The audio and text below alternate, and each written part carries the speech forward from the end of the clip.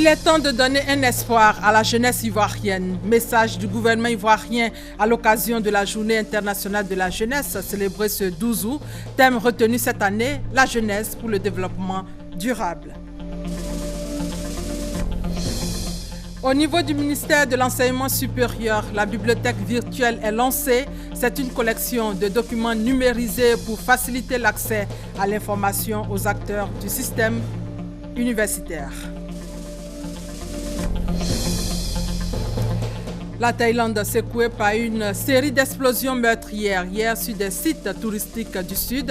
Le dernier bilan fait état de 4 morts, mais aussi de plusieurs blessés. Bonjour à tous. La jeunesse à l'honneur aujourd'hui. C'est la journée internationale de la jeunesse. Cette journée offre une fois de plus l'opportunité au gouvernement ivoirien de marquer son attachement à cette frange de la population. Le thème retenu cette année est « La jeunesse pour le développement durable ». Le message du gouvernement avec Kone Pagasso. Partout dans le monde, les jeunes sont le moteur du changement. Ils revendiquent le respect des libertés et des droits fondamentaux, l'amélioration de leur situation et de celle de leur communauté, ainsi que des opportunités d'apprendre, de travailler et de participer aux décisions qui les touchent. Des mots prononcés par le ministre de la Promotion de la Jeunesse, de l'Emploi des Jeunes et du Service civique dans sa déclaration à l'occasion de la Journée internationale de la jeunesse.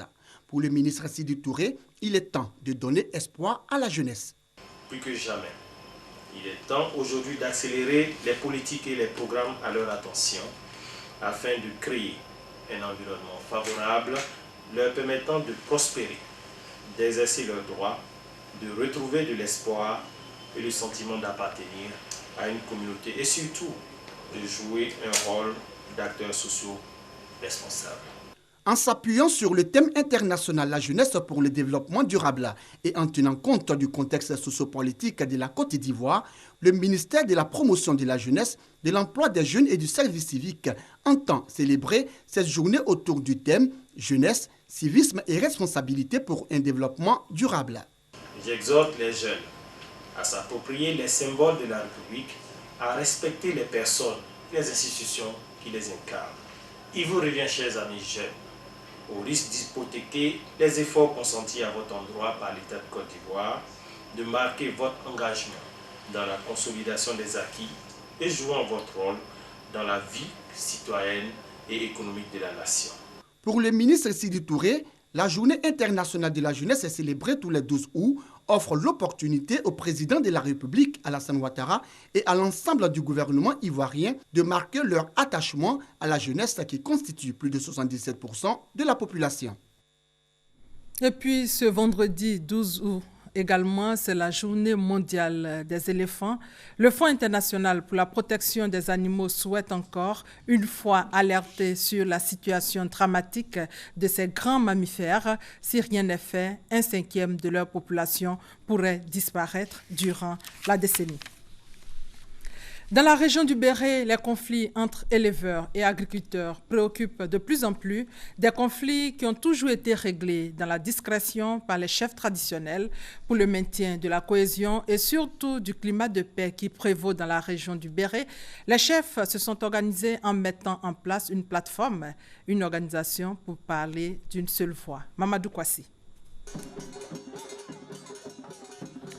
Conflit entre agriculteurs et éleveurs. Cas de vol, litige foncier, ce sont autant de problèmes portés devant la chefferie traditionnelle du Béret. Ces problèmes ont toujours été réglés de façon pacifique afin de maintenir le climat de paix et de renforcer la cohésion sociale dans cette région. Des règlements pacifiques qui font de ces chefs traditionnels la plaque tournante de règlement de conflits communautaires. Pour renforcer les actions de ces chefs sur le terrain et de bénéficier davantage d'un cadre de rencontre propice et moderne, la chefferie traditionnelle de Mankono dispose désormais d'un siège, un bâtiment de plusieurs pièces avec une salle de réunion et des bureaux, un don du ministre Issé Bakongo, fils de la région. Il dit vouloir renforcer les actions des chefs afin de jouer pleinement leur rôle de garant de la culture et de la cohésion, mais aussi d'acteurs de paix. El Hadj Dosso Lemissa a au nom de la chefferie traditionnelle du Béret exprimé sa gratitude au ministre Issé Bakongo. Pour lui, ce siège équipé va lui permettre d'être davantage plus efficace car doté de moyens de travail. Des propos soutenus par le préfet des régions qui invitait tous les cadres à l'union et à la solidarité, à l'image des chefs traditionnels pour le développement de la région du Béret. Cette cérémonie d'inauguration du siège de la chefferie traditionnelle de la région du Béret a vu la participation d'une forte délégation des chefs de communauté venus de la commune de Koumassi, dans le district d'Abidjan. Cohésion sociale et paix, des journalistes catholiques de 7 pays sont à Abidjan pour apprendre des techniques qui leur permettront de contribuer à la paix dans la sous-région par leurs écrits. Du 9 au 14 août, ces journalistes vont à travers une plateforme poser les bases d'une contribution efficace à une paix durable. Éric Goré. L'Union catholique africaine de la presse UCAP veut mettre la foi chrétienne au service de la communication. Des journalistes catholiques de 7 pays participent à une rencontre d'échange d'expériences à Abidjan. L'objectif est d'apporter leur contribution à une paix durable en Afrique de l'Ouest. C'est une tribune d'expression de ces hommes des médias catholiques, selon le président de l'UCAP. Qu'est-ce que nous pouvons faire pour consolider la paix ou pour apporter, en tout cas, une contribution efficiente à cette paix? Qu'est-ce que nous pouvons faire pour que l'intégration régionale soit une réalité? Que ce ne soit pas seulement des accords qui sont signés, que quand nous nous déplacions partout en Afrique, que nous nous sentions chez nous. La presse catholique ne veut pas rester inactive face à la montée du terrorisme en Afrique, mais elle souhaite qu'aucune religion ou communauté ne soit indexée en cette période sensible. Nous allons réfléchir et trouver la solution en ce qui concerne le traitement de l'information relative au terrorisme et au djihadisme. La représentante de la ministre de la Communication a encouragé les journalistes catholiques pour cette initiative. Quant au président de l'UNJCI, il a invité les communicateurs catholiques à travailler selon les lois qui régissent le métier de journaliste. Il n'y a pas de journalisme pour les catholiques, il n'y a pas de journalisme pour les musulmans et autres, mais il y a l'éthique et la déontologie qui doivent nous guider en tout lieu. Et c'est pour cela que nous pensons que plus les journalistes, quelle que soit leur confession, seront proches des règles de notre métier, ils feront un travail acceptable et permettront à notre société de se développer. Cette rencontre va durer une dizaine de jours. Elle a pour thème l'intégration sous-régionale et défis sécuritaires, la contribution des médias. Au niveau de l'enseignement supérieur, les cours et enseignements des professeurs dans les universités ainsi que les travaux de recherche seront désormais disponibles en ligne avec la mise en place de la bibliothèque virtuelle, une collection de documents numérisés pour faciliter l'accès à l'information aux acteurs du système universitaire. Cette action annonce la création très prochaine de l'université virtuelle de Côte d'Ivoire, nous dit Konaté Moussa. Une recherche lancée sur le paludisme chez l'enfant sur ce portail numérique. En quelques fractions de secondes, plus de 160 résultats. Enfin, la bibliothèque virtuelle de l'enseignement supérieur et de la recherche scientifique est disponible. Une collection de documents numérisés ou en ligne pour faciliter l'accès à l'information. La bibliothèque virtuelle a l'avantage de rendre visibles les productions nationales scientifiques des enseignants-chercheurs de Côte d'Ivoire et également aussi d'avoir accès à des ressources pédagogiques, scientifiques, internationales. Une initiative qui certainement fera date dans l'histoire de l'enseignement supérieur ivoirien. Pour accompagner le projet, la question de l'interconnexion Internet des universités publiques est prise en compte. Nous avons un intranet qui n'est pas tout à fait complet sur nos campus. Avec l'ANSUD, nous allons très prochainement avoir l'interconnexion de nos universités de façon effective et puis avoir aussi l'intranet performant dans les universités pour que justement la bibliothèque virtuelle puisse fonctionner de façon performante. La bibliothèque virtuelle, c'est donc un pas en avant vers la création de l'université virtuelle de Côte d'Ivoire. Les cours et enseignements des professeurs, les travaux de recherche seront désormais accessibles sur le site biblio.université.educi.ci. Les anciens de l'UNCA, l'École nationale de statistique et d'économie appliquée, étaient réunis récemment au sein de cette école dans le cadre des journées dites de l'ESPER. C'est une initiative qui visait pendant une semaine à faire la promotion de la statistique pour contribuer à l'émergence de la Côte d'Ivoire. Herman Niamien. Ils sont venus du Canada, des États-Unis, du Mali, de l'Éthiopie et bien évidemment de la Côte d'Ivoire. Eux, ce sont les ingénieurs statisticiens économistes de la promotion 1996 de l'INCA, l'École nationale des statistiques et d'économie appliquée. Hier condisciples, c'est désormais au cadre d'administration et d'institutions sont à nouveau réunis ici à la semaine de l'ESPER avec un autre objectif, contribuer durant cette semaine au rayonnement de leur profession. Il doit exister autour de cet établissement une communauté forte, constituée principalement de ses diplômés, de ses enseignants, mais aussi de personnes ressources, éprouvant de la sympathie pour nos activités et nos missions. Faire rayonner le métier de la statistique, une démarche qui implique forcément la participation de tous ceux qui embrassent ce métier. C'est pourquoi, à cette semaine dite de l'ESPER, les anciens ont associé les promotions sortantes de l'INCA pour des échanges professionnels et amicaux. Une volonté qui vaut à l'Association des ingénieurs statisticiens économistes de la promotion 1996 le soutien des membres du gouvernement. Par leur présence, Nialé Kaba, ministre du Plan et du Développement, et Paul Kofi Kofi, ministre de l'Enseignement technique et de la formation professionnelle, attestent que la démarche de cette association cadre avec la vision de développement du gouvernement ivoirien. Je voudrais vous rappeler cette pensée pleine de philosophie de Mère Teresa. La vie est une chance, saisis-la. La vie est un défi, fais-lui face. La vie est un devoir, accomplis-le. Ces journées professionnelles ont permis également de consolider les relations amicales entre les professionnels, les élèves en cours de formation et les aspirants à la carrière des statisticiens économistes. L'Institut Avide Éducation vient d'offrir des bourses d'études pour des diplômes anglo-saxons à des élèves, valeur 41 millions de francs CFA. À travers ces bourses, cet institut veut soutenir les élèves qui se distinguent dans leurs résultats scolaires satisfaisants. Emma Niamien.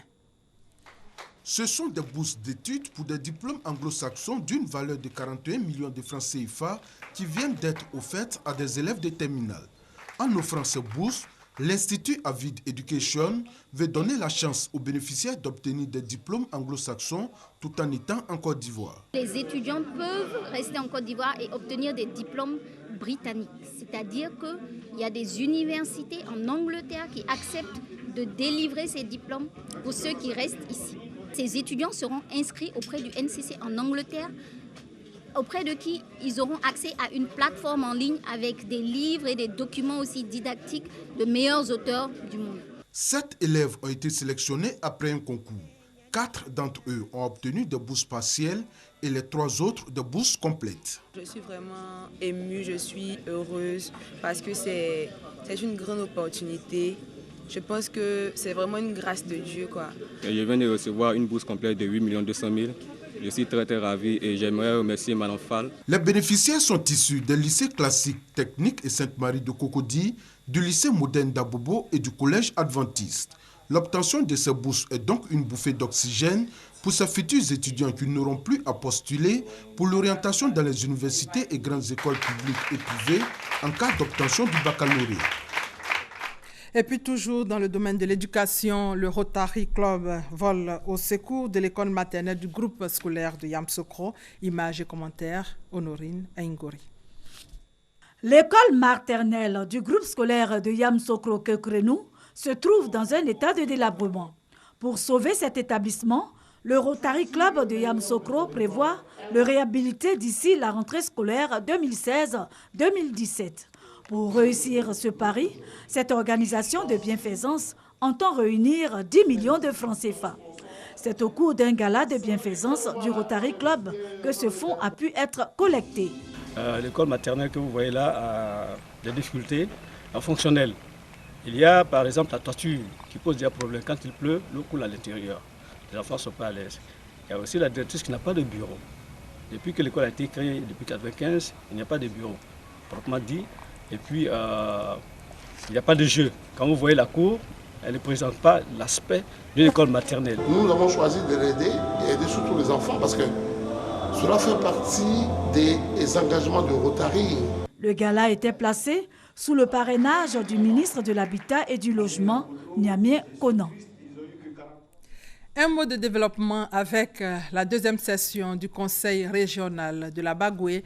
Plusieurs projets initiés par le Conseil pour donner un nouveau visage à la région et contribuer au bien-être des populations de la Bagoué. Commentaire, Kwadio Kwame. Le président du Conseil régional, Siama Bamba, a initié plusieurs projets. La promotion de l'apiculture, projet transfrontalier d'une valeur de 48 millions, prenant en compte la région de la Bagoué et celle de Sikasso. Le planting des tecs à hauteur de 42 millions.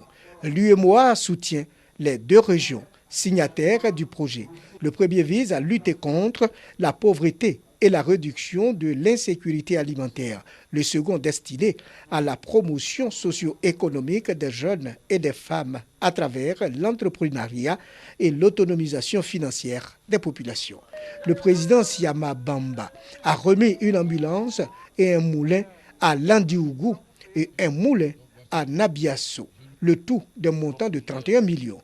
Tous les projets renforcent de 160 millions le budget du Conseil, dont 90 millions alloués à l'éducation et 70 à la santé. Nous avons pu obtenir l'accord de principe pour mettre à disposition 300 hectares.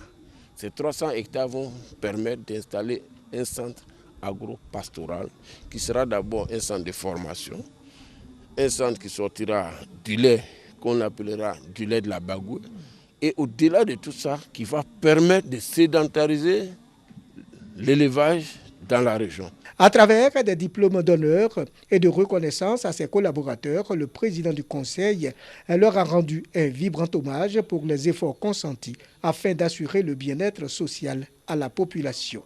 Les récipiendaires ont félicité le président Siama Bamba avant de s'engager à rester à ses côtés pour donner à la région de la Bagoué une stature de géant. Et justement, après la Bagoué, rendons-nous dans le Kabadougou pour parler aussi des actions du Conseil régional. Ces actions visent à donner les moyens aux agents des sapeurs-pompiers pour prévenir et lutter efficacement contre les incendies. Ces actions visent également à renforcer les capacités d'accueil de la mairie d'Odiéné. Coût de réalisation, 129 millions de francs CFA. Honorine Aingori. Le Conseil régional du Kabadougou, lors de sa 3e session ordinaire tenue récemment à Odiéné, a doté la région d'un centre de secours d'urgence composé de 5 dortoirs, un réfectoire, une cuisine, un foyer et des toilettes pour un montant de 51 millions de francs CFA. Outre le centre de secours, le Conseil régional a mis à la disposition de la mairie d'Odiéné un bâtiment de 5 bureaux, un magasin, une salle d'archives et un hangar pour les engins du service technique pour un coût total de 55 millions de francs CFA, permettant ainsi l'amélioration de la qualité des services publics au profit de la population d'Odiéné. Par ailleurs, plusieurs associations de femmes, de jeunesse et des personnes vulnérables de la région ont bénéficié d'un montant de 14 millions de francs CFA. À cela s'ajoutent 8 bénéficiaires du fonds de garantie pour la lutte contre le chômage des jeunes et pour l'autonomisation des femmes de la région pour un montant de près de 9 millions de francs CFA. Pour Benjamin Nanou, préfet de Séguélon, représentant le préfet de la région du Kabadougou, ces actions et opérations qui constituent autant de preuves de développement honorent les autorités et s'inscrivent dans la vision du chef de l'État pour le développement de la région. Il a traduit toute la considération et les félicitations du préfet de région du Kabadougou au président du conseil régional, Souleymane Koné. Autre sujet, la tomate est de retour. Ceux qui vont le plus souvent au marché l'ont certainement constaté. La denrée manquait à un moment donné. De 500 francs, le prix du kilogramme était passé à 2000 francs CFA. Mais aujourd'hui, le kilogramme est à 350 francs CFA. Le retour de la tomate dans les assiettes avec Grace Kando. Les mauvaises conditions climatiques étaient pointées du doigt lors de la dernière pénurie de tomates en Côte d'Ivoire. Une situation qui avait fait passer le prix du kilogramme de 500 francs CFA à plus de 2000 francs CFA. Mais depuis quelques semaines, les choses ont bien changé. La tomate est de retour sur les marchés avec une baisse sensible du prix du kilogramme. De 3000, c'est passé à 1500, à 1300. Maintenant, si c'est 350, vraiment c'est bien. La tomate était tellement chère que je ne mettais plus la tomate dans ma sauce. Mais aujourd'hui, ça va. On vend une bout de tomate à 200. Maintenant, là, ça a diminué À cause du prix même là, je prépare beaucoup ça de 2 jours, 3 jours. Les commerçantes saisissent cette occasion pour faire de bonnes affaires. Un jour, je peux vendre 2 cartons, 3 cartons maintenant. Ça va maintenant.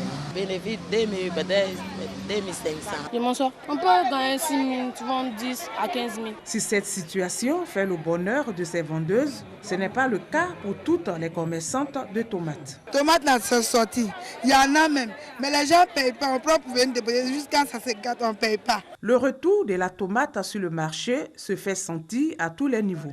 C'est le cas dans ce restaurant qui, pendant un moment, n'a pas servi de sauce tomate à sa clientèle. Dans le mois passé, il n'y avait pas de tomates sur le marché. Et les clients viennent demander sauce tomate. Il n'y a pas de sauce tomate. Il y a d'autres mecs qui se fâchent contre nous ici.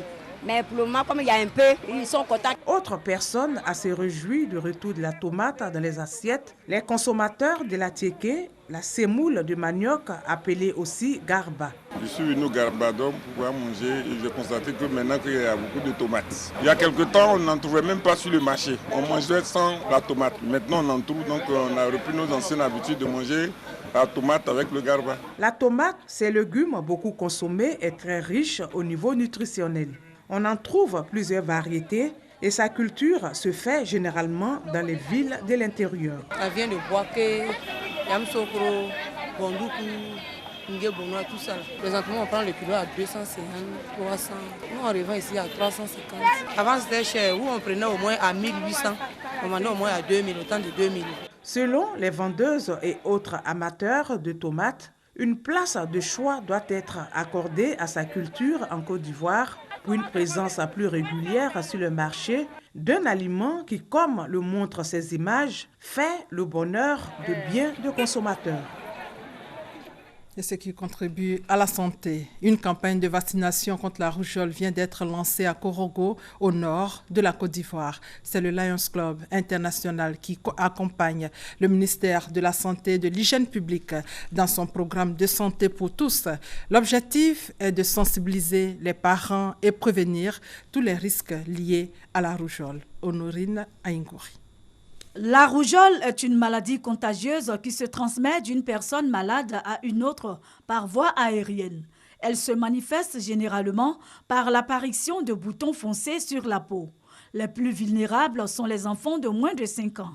À Korogo, c'est le Lions Club international qui vient de lancer à cet effet une campagne de vaccination afin de prévenir la maladie. Cette campagne vise donc à accompagner le ministère de la Santé et de l'Hygiène publique dans son programme de santé pour tous, où chaque enfant a droit d'être vacciné dès la naissance. En 2015, sur 25 000 enfants recensés à Korogo, ce sont plus de 20 000 qui ont été vaccinés dans la région contre la rougeole grâce au soutien du Lions Club international. Un résultat positif à maintenir selon la direction régionale de la santé qui entend intensifier les mois à venir la campagne. Des enfants de 0 à 11 mois ont reçu également leur première dose contre la rougeole. En culture, le Festival international de la culture et des arts de Daoukro, qui a débuté le 6, prend fin le dimanche 14 août. Cet événement culturel verra la participation des pionniers de la musique ivoirienne, burkinabé, sénégalaise et nigériane. Ambiance sur place après le lancement de ce festival avec notre reporter Éric Goré. Le Festival international de la culture des arts de Daoukro, FICAD, c'est aussi les à côté. Ici, on procède à l'installation des stands pour la vente de divers articles. Yaouchal est venu d'Abidjan. Il veut profiter du FICAD. On fait les pommes-corn orange, blanc, vert, ce que les femmes ont l'habitude de voir, ce que nous on vend. Chaque année, on vient à Daoukro pour présenter ça à la population, puis faire la promotion de la culture ivoirienne aussi. Moi, je veux dire que FICAD, en tout cas, c'est bien, ça promouvoir la culture ivoirienne. Ça fait que tout le monde vient à Daoukro ici, voir la ville, voir ce que les cadres font pour la région et puis pour l'évolution de la région aussi, quoi. Donc c'est un bon mouvement. Bon, si on pouvait faire ce genre de mouvement-là dans tout le pays aussi, c'était bien. Il ne faudrait pas que ça reste seulement quand on est à certaines régions et puis d'autres régions ne profitent pas. Comme lui, Dame Bakayoko Salibata, restauratrice à Boaké, est là pour faire à manger aux festivaliers et déjà, elle se frotte les mains. Je suis à Boaké, je suis venu pour la foire à Daoukro. Bon, quand ce temps arrive, en tout cas, on est content, on est heureux parce qu'on gagne l'argent, on arrive à s'occuper de notre besoin. Non loin de là, du vin blanc, appelé communément Bandji, en train d'être extrait. Les adeptes, eux, sont tout heureux de partager cette boisson made in Côte d'Ivoire. Beaucoup heureux, voilà. Pourquoi? Parce que Festival Carnaval, ça réunit toute la population de Daoukro. Vous voyez, nous sommes en train de partager un peu de Bandji. Voilà, ça réunit tout le monde. On est en train de causer. Nous sommes beaucoup en joie. La fête, ça renforce tous les liens. Le FICAD, c'est aussi un moment de retrouvailles et de partage. À côté des grandes entreprises qui accompagnent l'événement, se trouvent les petites et moyennes entreprises qui essaient de se frayer un chemin, comme pour dire que tout le monde a sa place au FICAD. En religion, l'Association des élèves et étudiants musulmans de Côte d'Ivoire a organisé son traditionnel séminaire national de formation islamique. Ce séminaire vise à donner aux participants une formation morale et spirituelle, nous dit Konepa Gassour. Que la jeunesse musulmane s'engage à mieux se former et à apprendre les principes fondamentaux de l'islam afin d'éviter toute forme de radicalisation et de manipulation. Que les jeunes musulmans s'attellent à enseigner et à appliquer l'éthique islamique afin de prévenir et de lutter contre les fléaux sociaux tels que le phénomène des microbes, le grand banditisme, la consommation des substances nuisibles. Ce sont entre autres résolutions et recommandations faites à Grand Massam au cours de la 28e édition du séminaire national de formation islamique de l'Association des élèves et étudiants musulmans de Côte d'Ivoire, AMC. Durant 8 jours, les participants ont reçu une formation morale, spirituelle et managériale à la lumière du Coran et de l'enseignement du prophète Mohammed, prophète de l'islam. Notre belle structure, l'AMC, a exporté son savoir-faire dans toute la sous-région ouest africaine. Également, l'AMC a su créer un cadre d'éducation et d'échange pour les élèves musulmans de Côte d'Ivoire. Ainsi donc, le séminaire national de formation islamique SINAFOA constitue l'une des principales activités de l'AUMC en ce sens qu'il nous permet de réunir toutes nos forces et valeurs militantes. Aussi, certains cadres d'instruction et d'éducation annuels que le comité exécutif de l'AUMC met à la disposition de la jeunesse ivoirienne. Ce séminaire a bénéficié du soutien des anciens de l'AMC et de nombreux guides et dignitaires religieux. Motion de remerciement adressée au président de la République, aux imams, aux formateurs et aux encadreurs. Conférences, débats, bénédictions, louanges ont également meublé ce séminaire. Les jeunes sont manipulés. À l'étranger, série d'explosions meurtrières sur des sites touristiques du Sud. Nous sommes maintenant en Thaïlande. 3 sites ont été touchés par des explosions dues à des bombes entre jeudi et vendredi. Le dernier bilan fait état au total de 4 morts, mais aussi de plusieurs blessés. Ces explosions ont eu lieu à une date importante du calendrier thaïlandais. La police n'a pas encore formulé d'hypothèse, mais le chef de la junte a suggéré la piste politique. En ce moment, la sécurité est renforcée dans les aéroports et dans les lieux touristiques. En Chine aussi, une explosion dans une centrale à charbon a causé la mort d'au moins une vingtaine de personnes hier. 5 autres seraient blessés. L'explosion a été provoquée par une conduite de vapeur sous pression dans un site industriel. Les enquêtes se poursuivent pour situer les responsabilités. Et puis pour terminer, le lundi 15 août 2016, jour de la fête de l'Assomption, est déclaré férié et chômé sur toute l'étendue du territoire national. C'est un communiqué du ministère de l'Emploi et de la Protection sociale. Et c'est la fin de ces 13 heures. Merci de votre fidélité.